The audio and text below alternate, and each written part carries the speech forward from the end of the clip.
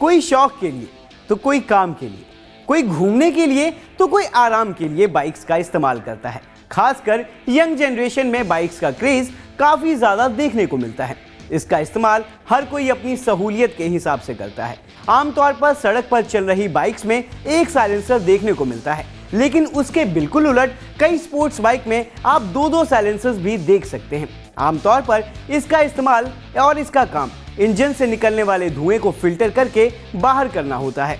सिर्फ इतना ही नहीं, इसका दूसरा काम इंजन से निकलने वाली आवाज को दबाना होता है। लेकिन कुछ लोग बाइक को लाउड करने के लिए साइलेंसर्स को आफ्टर मार्केट चेंज करवा लेते हैं। यानी सिंपल वर्ड्स में समझाया जाए तो कोई भी बाइक बिना साइलेंसर के अधूरी होती है, और यही वो सबसे बड़ी वजह है जिसकी वजह से मार्केट में इसकी डिमांड लगातार बनी रहती है। वहीं ये बिजनेस एक प्रॉफिटेबल बिजनेस साबित हो सकता है, बशर्ते आपके पास इसकी पूरी जानकारी होनी चाहिए।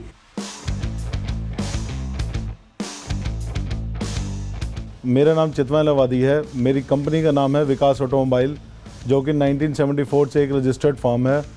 मेरे ब्रांड का नाम है विश्वास। हम लोग बेसिकली 1974 से लेके अभी तक हम लोग साइलेंसर्स की बना रहे हैं, सब टू व्हीलर्स के लिए, for each and every bike. Silencers एक बाइक के अंदर या एक स्कूटर के अंदर एक बहुत बड़ा रोल प्ले करता है।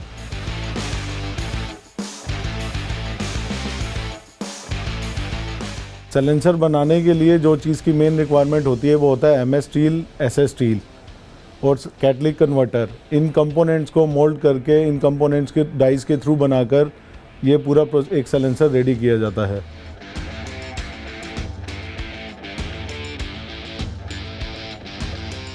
कोई भी साइलेंसर बनाने के लिए सबसे पहले MS और SS की शीट मंगाई जाती है।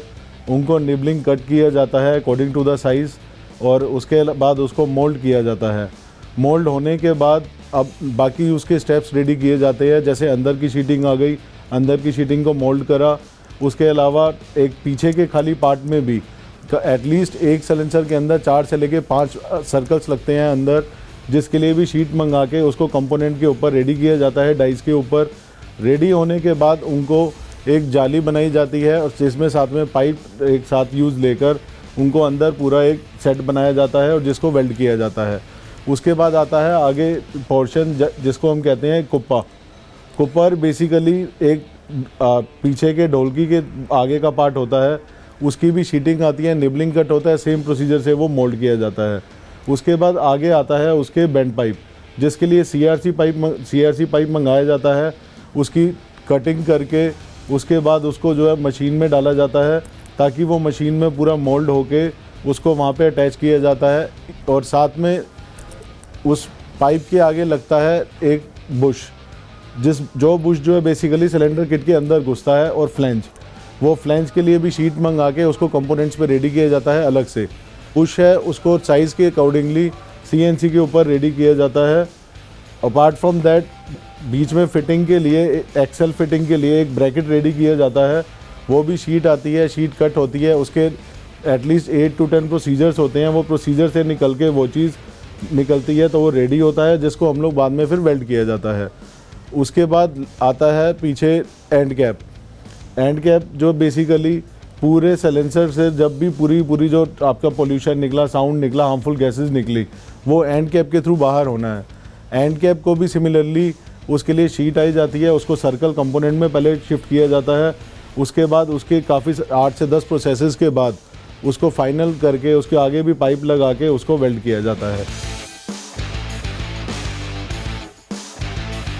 साइलेंसर बनाने के लिए एक सबसे पहले तो मोल्डिंग के लिए हमें रूलेस बनते हैं। उसके अलावा प्रेस मशीन्स का बहुत ज़्यादा यूज़ है, जिसमें पावर प्रेसेस आ जाती हैं, जो कि starting from 5 ton up to 150 ton रहता है। और apart from that bending machine हो गई, जो CRC पाइप्स को बेंडिंग करेंगी। मिग वेल्डिंग हो गई, आर्गन वेल्डिंग मशीन्स हो गई, सैम वेल्डिंग मशीन्स हो गई, जो कि कैटलिक कन्वर्टर को सैम वेल्डिंग करेंगी। उसके अलावा ग्राइंडर्स हो गए। मेन बेसिकली ये मशीन्स रिक्वायर्ड हैं ही हैं।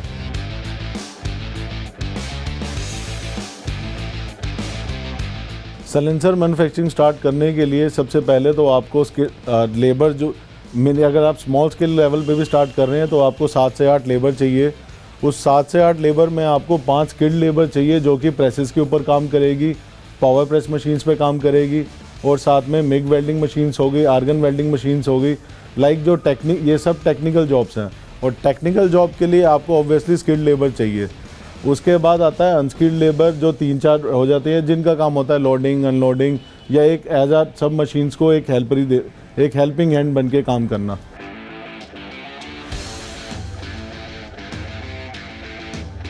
स्मॉल स्केल इंडस्ट्री के लिए आपको मिनिमम 20 किलोवाट का इलेक्ट्रिसिटी चाहिए, और मीडियम स्केल इंडस्ट्री के लिए आपको 50 से 100 किलोवाट की इलेक्ट्रिसिटी चाहिए। लार्ज स्केल के लिए आपको उससे ज़्यादा ही चाहिए according to the machinery.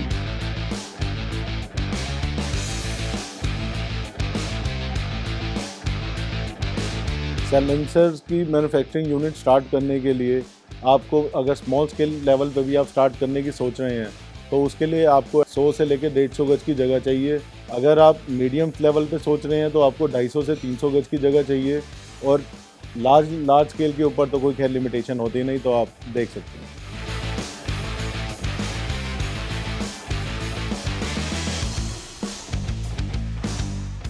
Two wheeler silencer manufacturing की एक स्मॉल स्केल इंडस्ट्री लगाने के लिए आपको 30 to 40 लाख की एक इन्वेस्टमेंट चाहिए।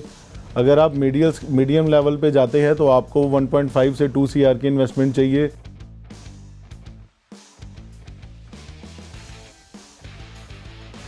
पिछले कई सालों से हम लोग देख रहे हैं automobile sector day by day growth ही कर रहा है। एवरी डे हम लोग कुछ ना कुछ ग्रोथ देखते हैं ऑटोमोबाइल सेक्टर में, बिकॉज पहले एक टाइम था जब लोग साइकिल पे ट्रैवल करना पसंद करते थे। आज वो छोटे छोटे गाँव में चले जाओ या कहीं पे भी आप कस्बे में भी चले जाओ, तो वहाँ लोग साइकिल से उठ के अब बाइक्स पे आ चुके हैं। तो टू व्हीलर बाइक के अंदर तो डिमांड हमेशा बढ़ती ही जाएगी, और बाइक एक ऐसा सेगमेंट है कि जहाँ पे नई नई बाइक्स डेली आ रही हैं, लेकिन पुरानी बाइक्स की डिमांड और ज़्यादा बढ़ती जा रही है। रीज़न बीइंग कि पुरानी बाइक चलती है, एक टाइम के बाद उसके पार्ट्स जो है ऑब्वियसली इट्स अ पार्ट तो कभी ना कभी डैमेज आउट होते ही हैं। उसकी रिप्लेसमेंट मार्केट जो है वो बहुत अच्छा डेवलप आउट कर रही है नई नई बाइक्स के साथ साथ। अगर हम प्रॉफिटेबिलिटी की बात करें तो ये एक प्रॉफिटेबल बिजनेस है। आप आराम से एक स्मॉल स्केल इंडस्ट्री भी लगा के 15 से लेके 20% तक मार्जिन बहुत इजीली कमा सकते हैं।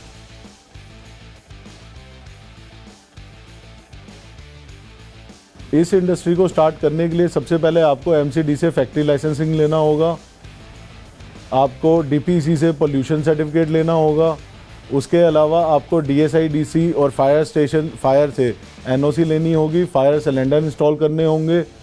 उसके बाद आपको GST नंबर, आधार नंबर, पैन नंबर, सब चीज़ आपको लेनी होगी, और साथ में आपको ISO सर्टिफिकेशन ज़रूर करवानी होगी। टू व्हीलर ऑटोमोबाइल इंडस्ट्री एक बहुत बड़ी इंडस्ट्री है और बहुत ज़्यादा डे बाय डे ग्रोथिंग इंडस्ट्री है।